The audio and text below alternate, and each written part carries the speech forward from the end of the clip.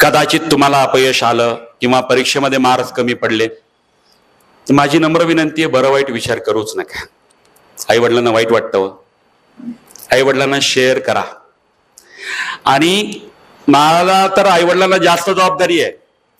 परीक्षेच्या कालावधी मार्क्स कमी पडल्यानंतर मित्रमैत्रिणीसारखे आपल्या मुला मुलींशी राहा, खांद्यावरती हात टाका.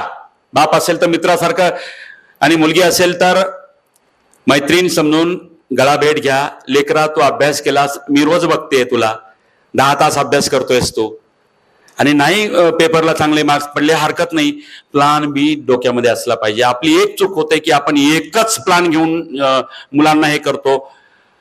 ते एक चित्रपट होता बघा त्या सुशांत सिंग राजपूतचा, त्या छिछोरे काहीतरी नाव होता, असंच काहीतरी नाव होता.